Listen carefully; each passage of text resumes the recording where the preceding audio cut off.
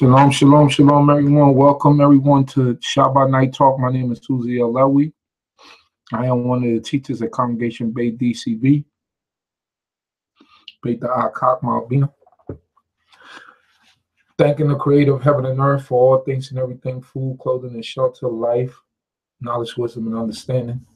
Thanking Yahweh for all of you that are out there on internet land that tune in with us on a weekly basis. I thank the Creator for your lives.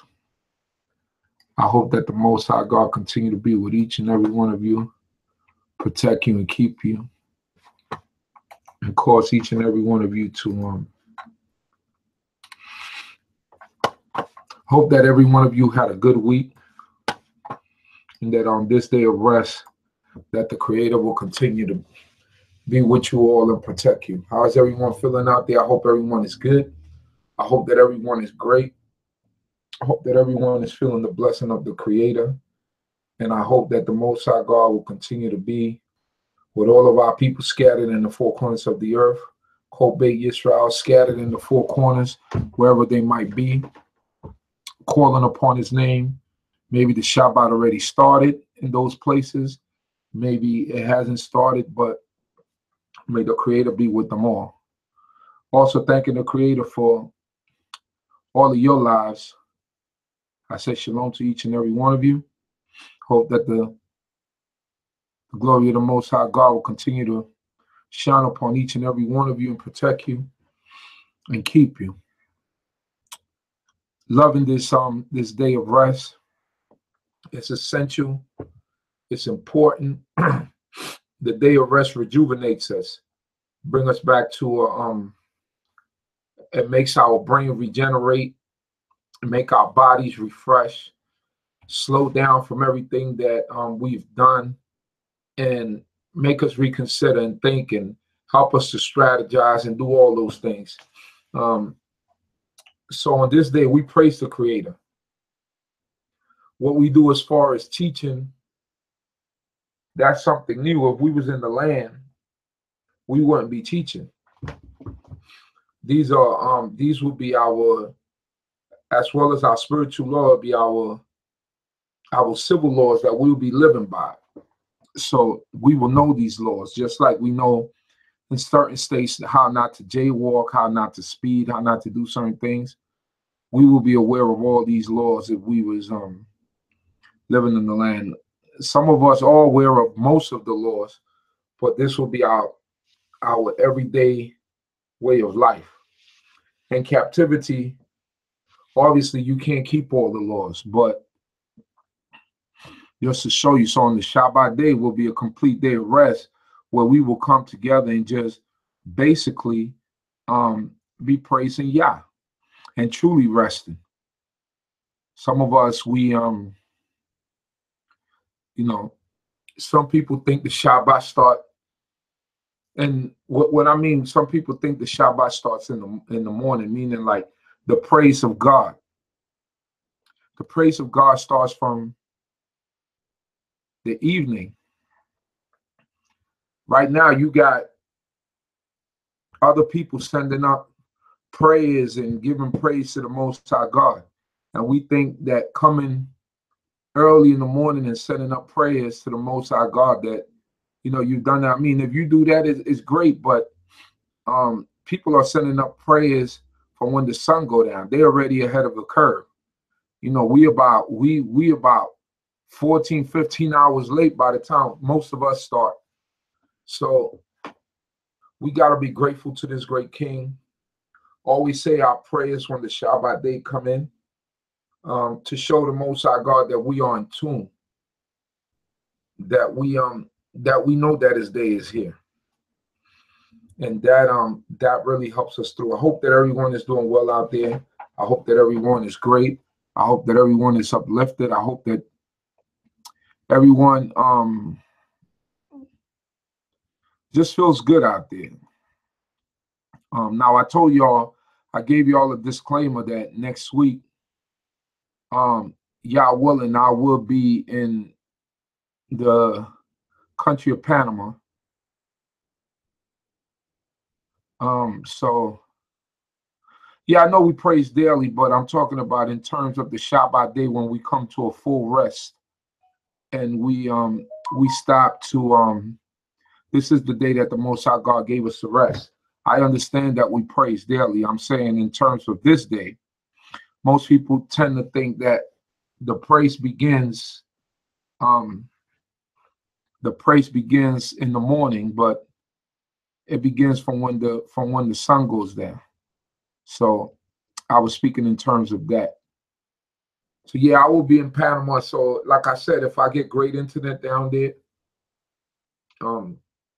locked up in a room, then I'll be streaming.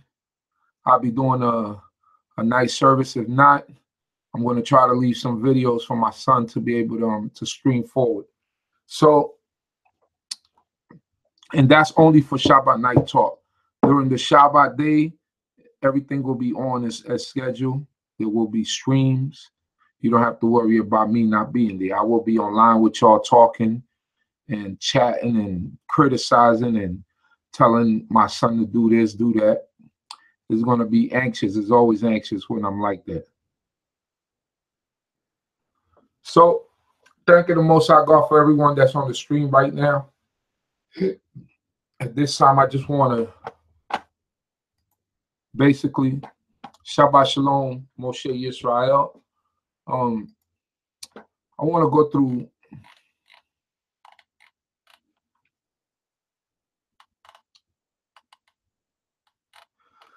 Leviticus chapter 19, verse 1. It reads, "And Yah spoke unto Moses, saying, Speak unto all the congregation of the children of Yisrael, and say unto them, Ye shall be holy, for I, Yah, your God, am holy." What does that mean? You shall be holy, for I, Yah, your God, am holy. Says Dabir El Kal Adat B'nai Yisrael, where Amarta Aleihim. It says, Kwadoshim T-U, Ki Kwadosh Ani Yahovah Elohim. So I'm Yahovah, your God. So God is basically wants us to follow the pattern and follow the pattern that he said. So God said he is holy, so we shall be holy. Holy is sanctified, set aside. We can't be into every and anything that everybody else is into, because we are sanctified people before the creator of heaven and earth. The Most High God said that we shall be priests to the nations. So if we're priests to the nations, that means that we're sanctified unto him, and we shall always be carrying ourselves according to a priestly manner. Priests cannot get unclean for certain situations. What comes out of our mouths and the things that we disseminate to people, the things that we say to people, should be in a righteous way. We should always be trying to guide people in a righteous way or on a righteous path. These are the things that we should get into practice of. Never be afraid to tell people about this great king, this great God. Those are the things that we have to keep in mind. Those are the things that we have to be aware of. We should be holy because Yah is holy. It says here, "Ye shall fear every man his mother and his father. Ye shall keep my Shabbat. I am Yahovah your God." So the funny thing about this one, it says, "Ye shall fear every man his mother and his father. And ye shall keep my Shabbat."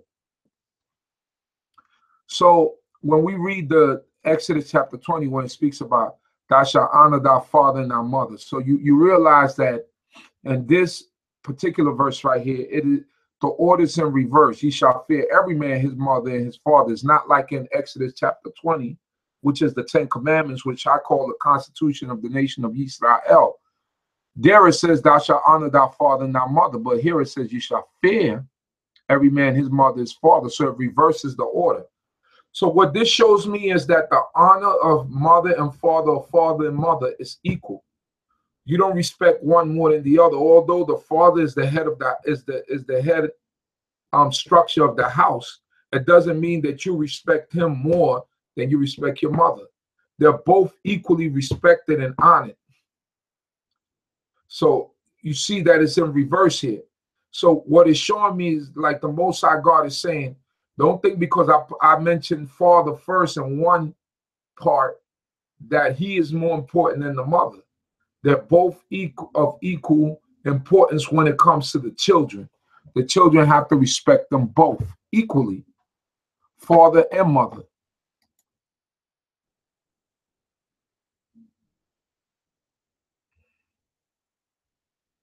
It says here, turn ye not unto the idols, nor make to yourselves molten gods. I am Yahweh, your God. So that's prevalent today. Whether you be into into the Kemetic science, which is Egyptology, it's full of idols and idol worship. If you are into how do you say Catholicism, you got to go through a million stations before you get to well, over there I believe is Mary. It's held higher than JC or Jesus. If you look at Christianity, the idol, even if the church doesn't have an idol in it, it's still the idol of the mind. The Most High God don't want us to be into idolatry. He doesn't want us to be into serving molten images and molten gods, because they have eyes but they see not. They have mouths, they speak not. They have ears but they hear not. They have feet but they can't move up and down. Those are molten images, but yet our people bow down before them, spread their hands forward, and expect that a stock of wood is going to be able to answer their prayers or even come to some type of rescue of them. Yeah. This past week in the place where I'm from, they had a big commemoration of or honoring of they have this bigger than life size statue of a black Christ that that image or that statue of that black Christ was supposed to be taken to the French were transferring it. I believe it was the French. And the Atlantic Ocean got tempestuous. This is the story of the myth as it goes. And they had to get rid of some cargo. So when they got rid of some cargo, they had, they got rid of this statue of this black Jesus. The statue washed into this port town in Panama on the Atlantic side, on the Atlantic Ocean side. A town by the name of Portobello. So it means beautiful port, right? So during that time, that town was going through an epidemic. This is, I believe, early 1900s, late 1800s. They was going through an epidemic, and this town is filled with a lot of it's where they brought in a lot of the slaves that they brought in to Panama to work. So these are coastal people. So they were going through this epidemic. Babies were dying. People were dying. I believe it was, I'm not sure if it was yellow fever, if it was tuberculosis, it was something. So supposedly, as the story goes, they prayed to this black Christ. And they asked this black Christ to please hear their prayers. And if he would heal the town of the sicknesses and of the epidemic that was going on of people dying, that they will commemorate and have this day for him I think it's October 21st or 22nd, that they will have this commemoration for him. And as the story goes, people started getting better, blah, blah, blah, blah. So every year they come out, they walk this black Christ in this town. They take like 2 steps forward, like 3 steps forwards and 2 steps back. and people bear them on their shoulders, and people bring money and lottery tickets and all types of stuff, walk barefooted for miles, for days, to come make a pilgrimage, to go bow down to an idol and to pay homage to an idol. This is the exact same worship that God is speaking about, that our people do, that he doesn't want. He wants that glory to go to him. He wants that fervor and that passion to go to him. It's a sight to behold. If you see this, this is like nothing that you ever seen before. People walking on their knees, people crawling for miles to make this pilgrimage. Yeah, they call it the day of the thugs, because this is the day when all the thugs and all the as they say in Spanish, maleantes, they go to ask for forgiveness for all the crimes that they've committed through the year. So this is exactly what the Most High God speaks about for us not to do, for us not to get into the idol worship and the molten images. It says here, it also says, I skipped this over, and ye shall keep my Shabbat, right? It says, with et Shabbat, it says, with et Shabbat totai tishmoru ani Yahuwah Elohim, right? Ye shall keep my Shabbats. Says, turn ye not unto the idols, nor make to yourselves more. I've read that already. Verse 5, it reads, when you offer a sacrifice, a peace offerings unto Jehovah, ye shall offer that it may be accepted. What does that mean? It said that ye may be accepted. When we offer sacrifices to the Creator, these things are not done by rote. You don't go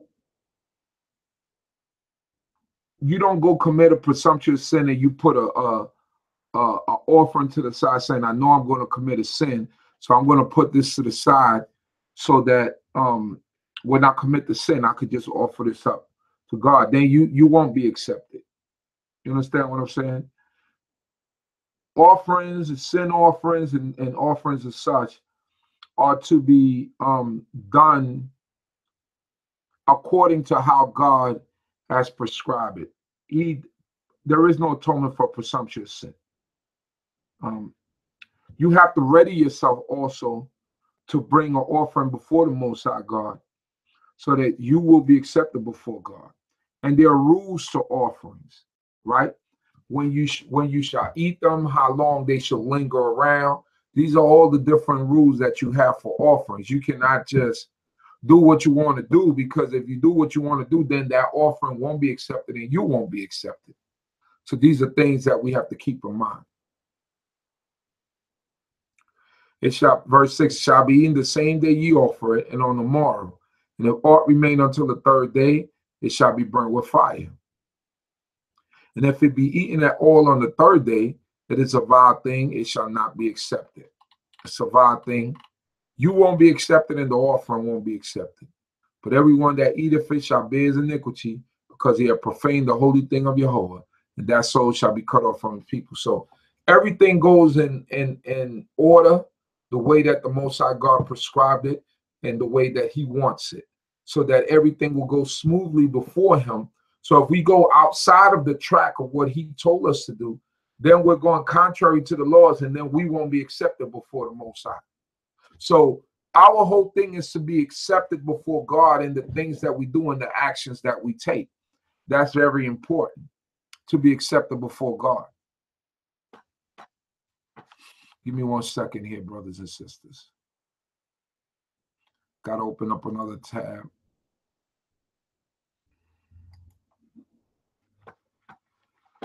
So that I could see what's going on in the other chat. Because I can't see what's going on in the other chat. And I think that's important. I totally just neglected the other chat. and not really looking at my YouTube chat. Sorry about that.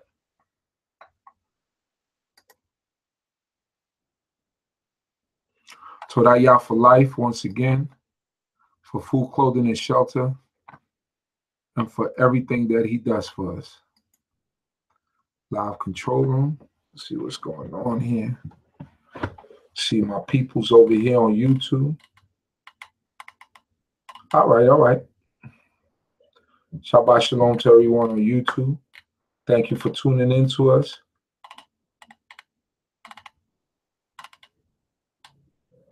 Shabbat Shalom to everyone. I didn't check y'all from the beginning, but I'm here with y'all now. So, hallelujah, blessed be. I thank the Creator for all of you, all the people who support this channel and keep us going. All right, here we go. Let's keep reading.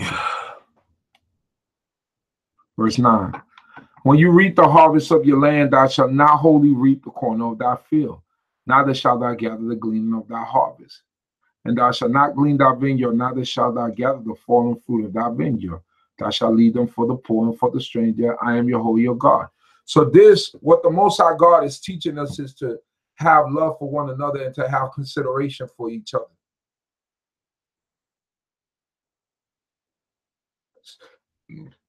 So when we have consideration for everyone, is by when the mango fall off the tree and it rolls down on the ground down to your gate.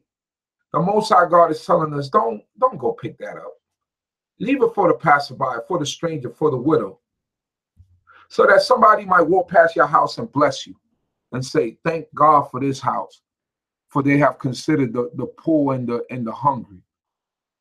No, the Most High God is very considerate, so he's teaching us how to be considerate and how to be holy like how he is holy. He's teaching us by the laws that he's putting down. So he wants us to lead or to pave the way on how to act one with another. Tells you here. Because there's always going to be poor in the midst of you. There's always going to be people that are needy in the midst of you. So therefore, we have to look out for the poor and the needy, the people who need. Those are things that we have to stay on top of. Verse 11. Ye shall not steal, neither shall ye deal falsely, nor lie one to another. You shouldn't steal. That's plain as day, right? Stealing is taking something that does not belong to you. If it doesn't belong to you, you should not steal, even if it's something as small as a quarter. And you took it off of somebody's counter, you just stole. There is no such thing as a little offense or a big offense. Stealing is stealing, and is looked at as the same way before God. When your parents tell you, don't touch the cookies, or don't, and I always break it down this simple, because children think that it's okay not to listen and to do what they want to do. But when your parents tell you not to touch them cookies or not to touch that ice cream, and you go in there and you take it, you take a scoop out, you think they won't notice, you just stole. You might say, oh, Uzal, you going to, that's stealing. That ice cream belongs to your parent. And when your parents tell you don't touch it, and you go touch it and you go eat it, you just stole. That's the way we have to look at it. And that's the way we have to see it. It says here, neither shall ye deal falsely, nor lie one to another. Dealing falsely. Meaning you don't tell people whole truth. You deal with a slight hand with people. That's dealing falsely. No lie one to another. Be straight up. Be honest with each other, even if it's not something that you feel that a person might want to hear. But don't lie to them. You know, this society has taught us to oh, you know, when your wife tells you something, just tell her everything is great. If she asks you if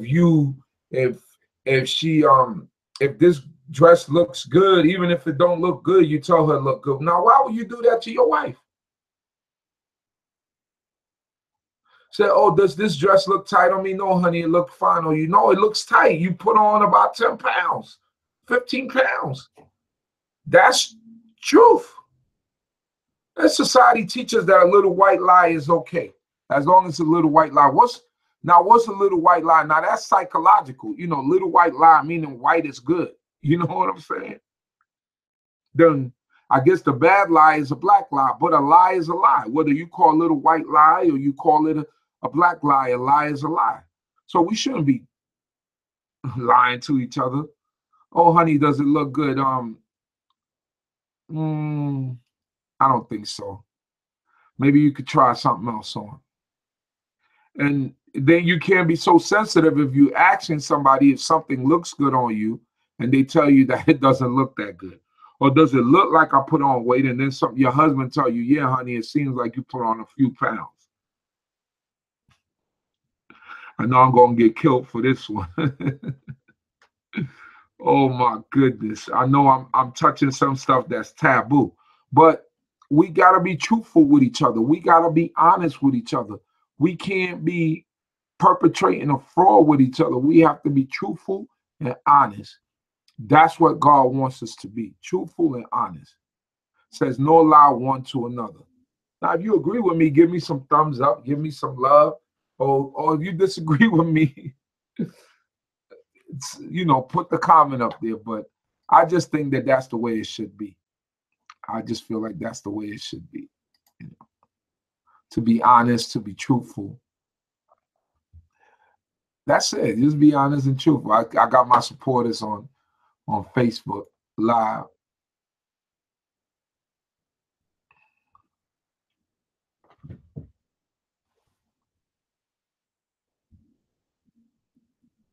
No picture. On YouTube Live, are we on YouTube? Are we getting video? I think there's video up there. It says here, and ye shall not swear by my name falsely, so that thou profane the name of thy God. I am Yah. So don't swear by Jehovah's name falsely. You know, you talking in the name of Yah, man, and you have to swear, you have to make a vow. Make sure that what you vowing about, that you're telling the truth.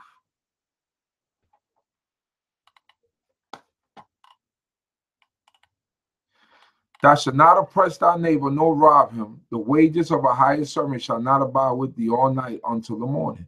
So these are laws and these are things that we have to do. Most High God tell us, because back then we would have to pay. It was like day labor. When somebody was finished working, you pay them. You don't hold on to their pay. You pay people on a daily basis. Only in these societies you got to wait 2 weeks, a week to get paid. Back then, you would have to pay someone who did a service for you on the same day. The Most High God said, because that person might need to go home and feed their family. You know what I'm saying? So these are things that we weren't allowed to do. Thou shalt not curse the deaf, nor put a stumbling block before the blind, but thou shalt fear thy God. I am Yah. Thou shalt not curse the deaf. Literally, someone that can't hear. You know, you making fun of them, you mocking them, you doing all these things. No, put a stumbling block before the blind. That's wicked, that's evil. The person can't see, but you put something in front of them to make them fall. It's the same thing as you could look at it also as symbolically that, you know, somebody who's blind, maybe not physically blind, but somebody who doesn't know the truth, you lead them into a spot or into a place that's going to cause them to fall, right?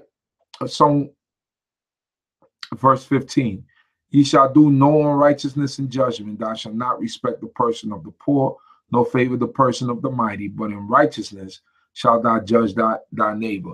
So you take favors because somebody is rich, or they've looked out for you, or they've given you things. The Most High God tell you, you can't do that. You shall not do unrighteousness in judgment. Thou shalt not respect the person of the poor, nor favor the person of the mighty. Or because they're poor, you feel pity for them, but they did wrong. Wrong is wrong. That's why I'm telling you, the Most High God don't look at, oh, this is a one small lie and this is a big lie. No, the Most High looks at a lie as a lie. He looks at poor and rich as the same when they commit iniquities before him. So we shall always keep our hands clean when we come before God, or when we are before God, so that we will be judged in a righteous manner. It doesn't matter if you're rich or you're poor. If you did wrong, you did wrong, and you're going to be judged the same way. That's it. One law for the stranger as well as the homeborn. All right, and the homeborn could be rich or poor, so it's one law. Verse 16, thou shalt not go up and down as a talebearer among thy people, neither shalt thou stand idly by the blood of thy neighbor. I am Yahweh.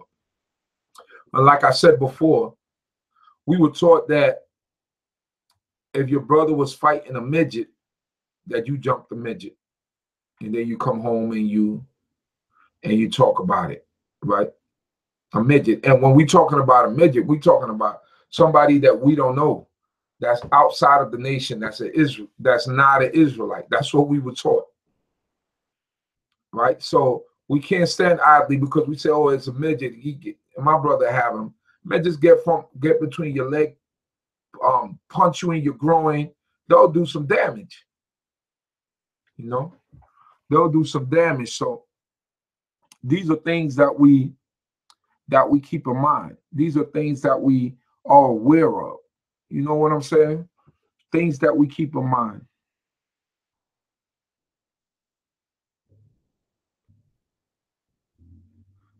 It says, thou shalt not go up and down as a talebearer among thy people. Stop running your mouth and telling people stories, telling other people's business. Stop being a talebearer. The name implies exactly what you are, a talebearer. You take gossip or people's story from here to there. Leave that alone. That's not for us to do. That's not for us to do. We need to stop that. Talebearing is wrong. It says here, verse 17, thou shalt not hate thy brother in thy heart. Thou shalt surely rebuke thy neighbor and not bear sin because of him. Don't hate your brother in your heart. You got people that teach to hate and to hold grudges. Israelites that teach that. When God tells us, thou shalt not hate thy brother in thy heart, thou shalt surely rebuke thy neighbor and not bear sin because of him. Don't hate him. Them feelings grow, you know, because you're not rebuking. But when you rebuke, it doesn't give an opportunity for those feelings to grow because you are doing what you're supposed to do. So if a neighbor, your brother, your buddy is doing wrong, and you rebuke them, you're going to feel better rather than holding a feeling, and then that feeling turns into hatred because of what that person might be doing. And that person might not know that they're doing wrong. They might feel like what they're doing is perfectly fine. But you haven't approached them and let them know, hey, man, what you're doing is wrong. Hey, sister, what you're doing is wrong. That's why it's important for us to communicate. Verse 18, thou shalt not take vengeance, nor bear any grudge against the children of thy people, but thou shalt love thy neighbor as thyself. I am Yahweh. You hear that? Thou shalt not take vengeance, nor bear any grudge. You have people that teach that you could bear a grudge, that you could hold a grudge. You can't bear a grudge against your brother, against the children of thy people. Can't do that. That's why it says to communicate. When you communicate and you get things out the way, then it eliminates that having that grudge. Anything after that is just your feeling. But God is commanding us not to bear a grudge. But thou shalt love thy neighbor as thyself. I am Yahweh your God. You love your neighbor as you love yourself. Meaning you will not want someone to do something to you, you know, something that you don't like to you, just as much as you wouldn't like it to be done to a neighbor, right? Whatever you don't like or you don't like to be done to you, you wouldn't want to do it to your neighbor. That's right. You shall keep my statutes. Thou shalt not let thy cattle gender with a diverse kind. Thou shalt not sow thy field with two kinds of seed. Neither shall there come upon thee a garment of two kinds of stuff mingled together. So these are, you know, basic civil laws that we see here. Yishakima, thou shalt not let thy cattle gender with a diverse kind. Trying to get some different type of species of animal by crossbreeding. You can't do that. Like they have like a liger, although they're felines, a tiger and a lion would never procreate because they'll kill each other before they do that. Thou shalt not sow thy field with two kinds of seed. You take they got a fruit by the name of a pomelo and an orange, and then you get a grapefruit. Allegedly, they said that's where the grapefruit come from. A splice between a pomelo and an orange, I believe, and then a grapefruit come. That fruit would be no good for us. Thou shalt not sow thy field with two kinds of seed. Neither shall they come upon thee a garment of two kinds of stuff mingled together.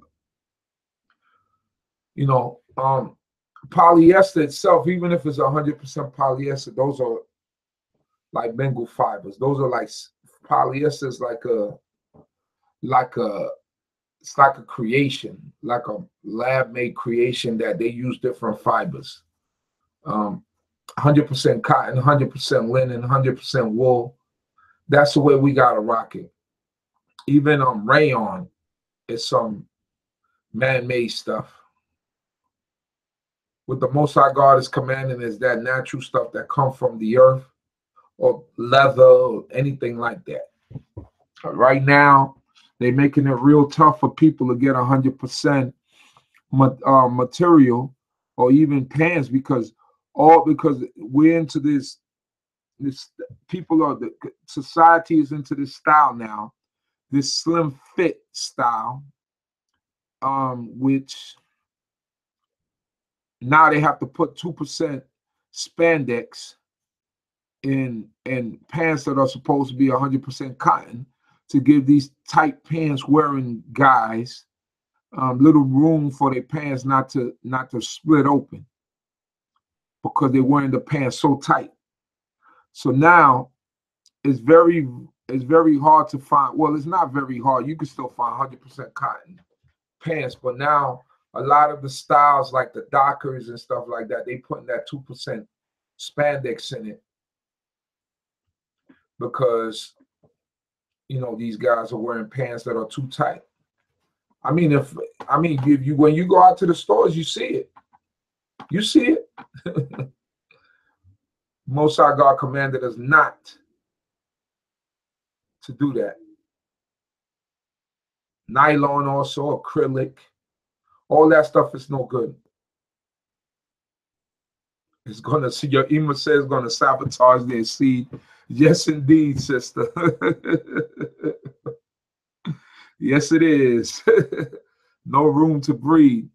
But this is the style that they into now. They're not even, pants are not even loose. Now, we're not talking about going back to how guys used to go to the rack. I remember back in the days when I would wear like an extra large and I could never find my size because all the little skinny guys were wearing XL and double XL. They was wearing stuff that was way too big for them.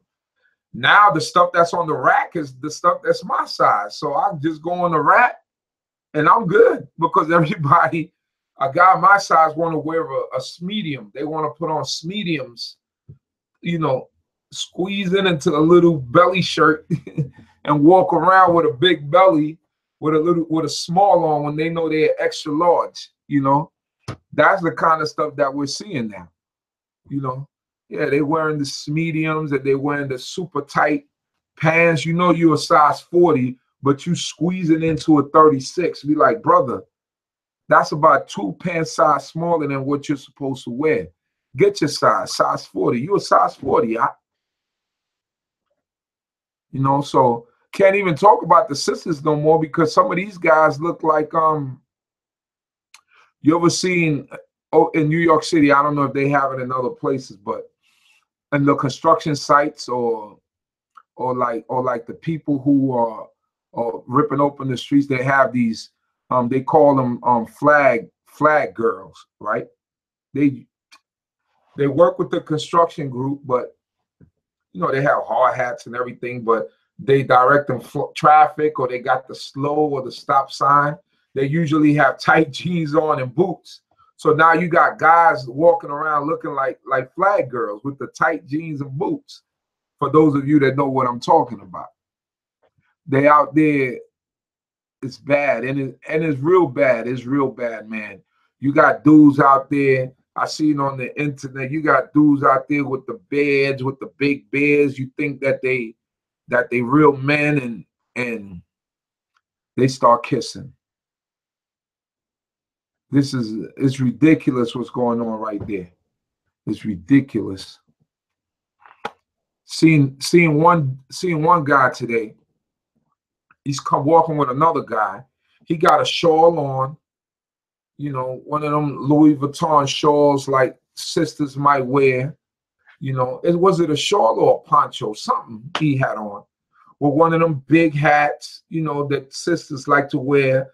But then he tried to, you know, keep some jeans on with some boots, and he walking around with a Louis Vuitton bag, holding it, you know, like how women. I don't even know how to do that, but like how women hold it like this, and you know, a purse, not even a man purse, because they've gone crazy with this now. And he's walking, prancing with the person he was with, and they get in their vehicle together, and they both got beds, like bigger beds than me. And I said, look at this thing here. This is the type of stuff that the Most High God detests, that he's not with. They're trying to take away the power from heterosexual people. This is what this world is going to. Or they trying to silence heterosexual people, or make you accept what you don't have to accept. I don't have to accept your lifestyle. I don't have to go around busting people over the head or calling them out, but I don't have to accept that lifestyle. You can't force that on me. And that's my right as a person, not to have to accept that lifestyle, you know, but they want to force feed everyone that.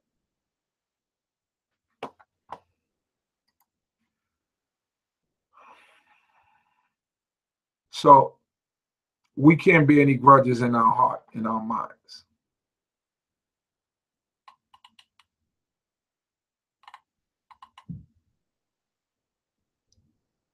So whosoever lieth carnally with a woman that is a bondmaid, designated for a man, and not at all redeemed, no freedom given her, they shall be inquisition. They shall not be put to death, because she was not free. So we wouldn't understand this type of law, because unless you live in a part of the world where you have bondmaids and you have people that, you know, this is basically like if you promise your daughter, because our forefathers from birth would promise daughters, you know, when they were very small, but you fell into a hard time and you had to sell your daughter into servitude for a period of time.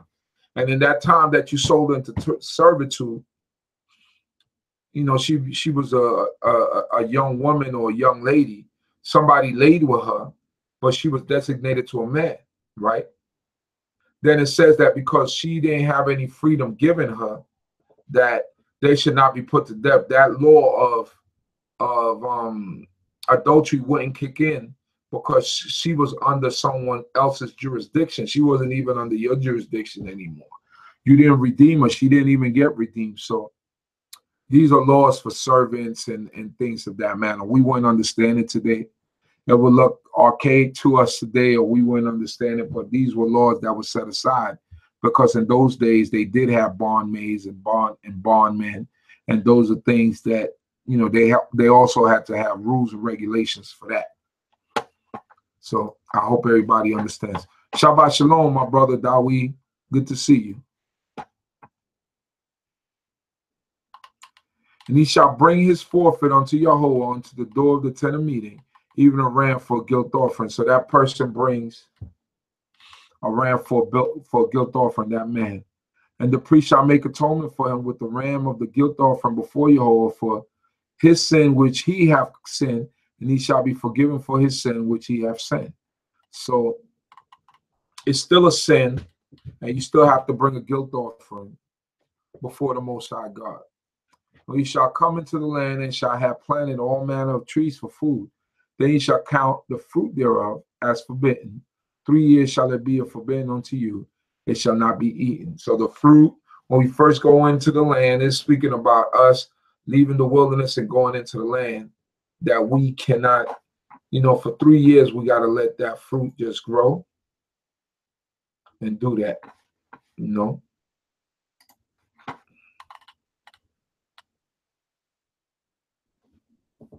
He shall,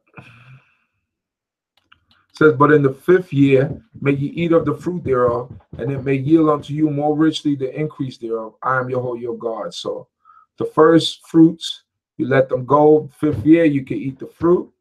That's commandment as we going into the land. 26. Shall not eat with the blood, neither shall you practice divination nor soothsaying. We shall not eat with the blood. So that means that we got to make an effort to take the blood out of meat before we eat it. You got to soak that meat and get that blood out, because God didn't say you shouldn't eat a lot of blood, or you shouldn't eat, or you could eat some blood. God said you shall not eat with the blood. That means you have to get rid of the blood. You have to be a picky eater. Those are things that we have to be on top of. You gotta be circumspect when you eating that yard bird, when you eating that chicken. You gotta pick off the stuff that stain. You get into a habit of doing certain things. Neither shall you practice divination or soothsaying. Don't practice none of this witchcraft stuff. People always want to talk about our brothers and sisters in Haiti with the witchcraft, but everybody practices witchcraft. Santeria is a form of witchcraft. Down in, in some parts of certain islands, obia, they call it. In the South, they call it roots. People put roots on you. All that is witchcraft. All that is soothsaying and divination.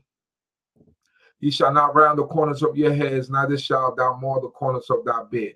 You shall not round the corners of your head. That means the way we were taught is to round off the corners of your head to get shape-ups, right? But there are other schools of thought that say that the rounding of your corners of your head was that he said that the Canaanites used to actually shape the children's head into the way that they wanted it to grow, right? And some of them will put like wires around the baby's head because you can mold it at that time, right? You got some parents, even today, you got people that will massage a baby, a newborn's head, because they're trying to mold it and round it into the way that they want it to grow. And some people say that that's what God is speaking about, that you shouldn't do that. Let the person's head grow the way that he made it, So you have two schools of thoughts with that. It says here, neither shalt thou mar the corners of thy bed. Basically grow a bed. Don't shave off your bed. That's what the Most High God is speaking about. Neither shall thou mar the corners of your bed. That's essentially in what God is speaking about in terms of marring the corners of thy bed, right? Shaving off our beds and doing things of that nature. Verse 28, he shall not make any cuttings in your flesh for the dead, nor imprint any marks upon you. I am Jehovah. The tattoos, which are very fashionable today, we can't do that. That's the imprints in our flesh. You shall not make any cuttings in your flesh. So now today we see that with some of the African nations, not a lot, where they make tribal marks on their faces. The Most High God said that's a no-no. You see people, they brand themselves with the horseshoes fraternities and when you're in the military, you can't brand yourself. That's a no-no. That's making a mark in your flesh. He shall not make any cuttings in your flesh for the dead, nor imprint any marks upon you. I read that. Verse 29. Profane not thy daughter to make her a harlot, lest the land fall into harlotry and the land become full of lewdness. So because you're poor and you don't have, you see, we can't see that today. Well, then again, it might be in some places where people make their daughters to be harlots. Allow them to sell themselves. Your daughters are supposed to be precious. You're supposed to protect them. God said, don't do that with your daughters unless the land fall into harlotry and lewdness, because that's what it's going to bring. So don't make your daughters fall into harlotry. Always speak against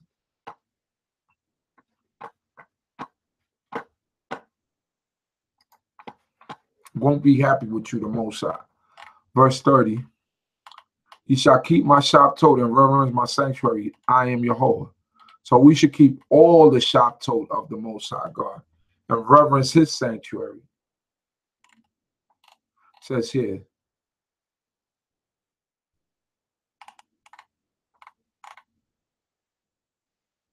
Turn ye not unto the ghosts, nor unto familiar spirits. Seek them not out to be defiled by them. I am Yahweh your God. Don't look unto ghosts and familiar spirits to come from some other dimension to come and give you some type of advice on something. Or why did you leave so soon? No. God told us not to look into those things. Those things are out there. People, the reason why God mentioned it is because it's out there. And I'm going to just leave it at that. Verse 32, thou shalt rise up before the hoary head, out of the face of the old man, and thou shalt fear thy God. I am Yahweh. Honor the face of the old man. That means have some respect for your elders. There's an epidemic in Israel right now where, and just like the epidemic in the world, that's also coming into Israel, that you have a lot of young people that do not have respect for elders. I wouldn't say a lot. I would say handful of people that feel like they don't have to respect elders because I guess who they feel they are. But this rule goes for everyone. No matter who you are, what title you think you carry or whatever, you have an elder, you're supposed to respect that elder. It's like I heard a brother one time said that his mother got into an argument with a neighbor. So he felt like when he walked past that neighbor that his mother got into an argument with, that he could walk past her, stare her down, and don't say nothing. That same neighbor came and told his mother, listen, I know me and you had a fallout, but your son walked past me in the morning and didn't say nothing. And that child thought that he was okay. His mother tore his behind up, because we have to have respect for elders, for the hoary head, or else the fabric of the nation begins to deteriorate. If you feel like you could disrespect elders, then it's all gone. There is a rank and file. There is an order, right? How you should do things. There's a rank and file. There is an order. Yeah, that's how it goes. You know, you get some people, they get older and they feel like they could disrespect people with age. And that's perverse. It was never done like that in our communities. The neighbor down the block could whip you behind. She could beat you and then bring you home to your parents, and your parents will beat you too. All this timeout stuff. Black people don't do that. Black people didn't do that. They say you spare the rod, you spoil the child. Even in the Proverbs of Solomon, it says beat him on the side. He said, for he won't die. Either it's in the Proverbs of Solomon or it's in Ecclesiasticus in the Apocrypha. He said they won't. He said they won't die. We're not the time out people. Now, there is a way you're supposed to chastise. And I think many of us, and it's true, I think that a lot of us have been abused. You know, that extension cord beating is not, that's a result of slavery. I'm telling you, because the way our forefathers was beat, when they began to chastise their children, they beat them with the same fervor that the slave master was beating them with, was whipping them with the same anger. So they passed it down. Now, we thought that that was something good. There is a thing called discipline, but there's also that was passed down to us from the slave master that we have to break out of. I know some of us would say that extension cord beating straightened me out. I'm sure it did. But we got belts, you know. The switch still works. That extension cord beating, that's some savage, you know, slavery stuff that we still got in us. You know what I'm saying? Anger and frustration. We're not supposed to be children with anger and frustration. And that goes for all of us. You know, sometimes you get angry and you get frustrated. That's that slave master psychology that although we weren't under the whip,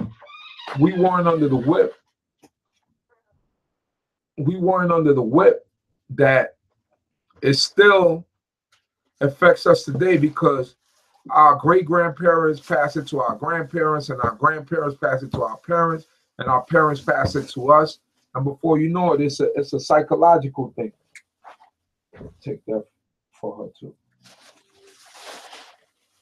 And the base. Thank you, sir. Yeah, so those are things that we have to keep in mind. Those are things that we have to be aware of, that we don't do. I know some of you might oppose me on that, but I really feel that sort of stuff is like going overboard. But that's just me. You know what I mean? That's just me. Don't judge me for that. Let me see here.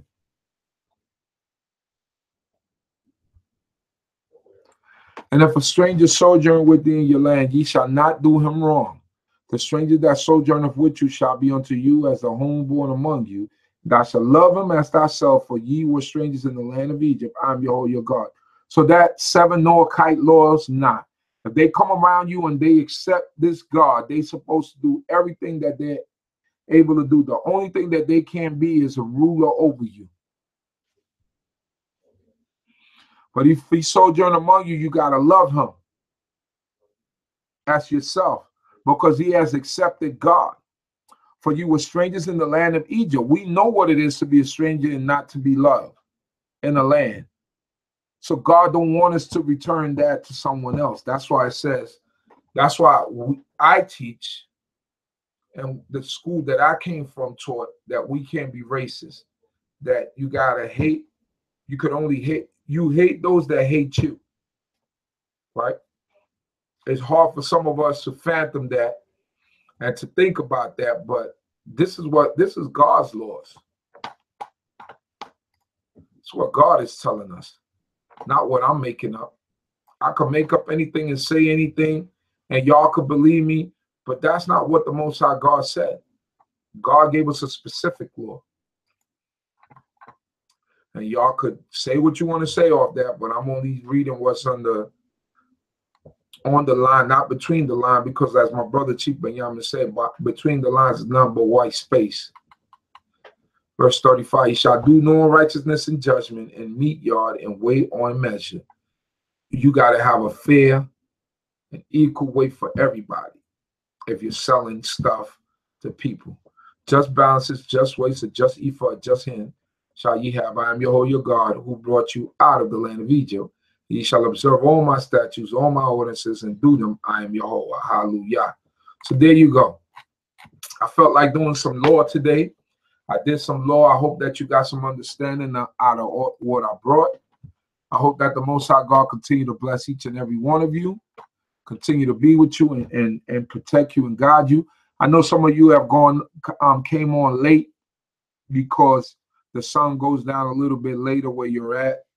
So if you didn't catch the whole thing, you could go back and look at it from the beginning. But I thank the Most High God, creator of heaven and earth, for all of you. Let the Most High God continue to bless you.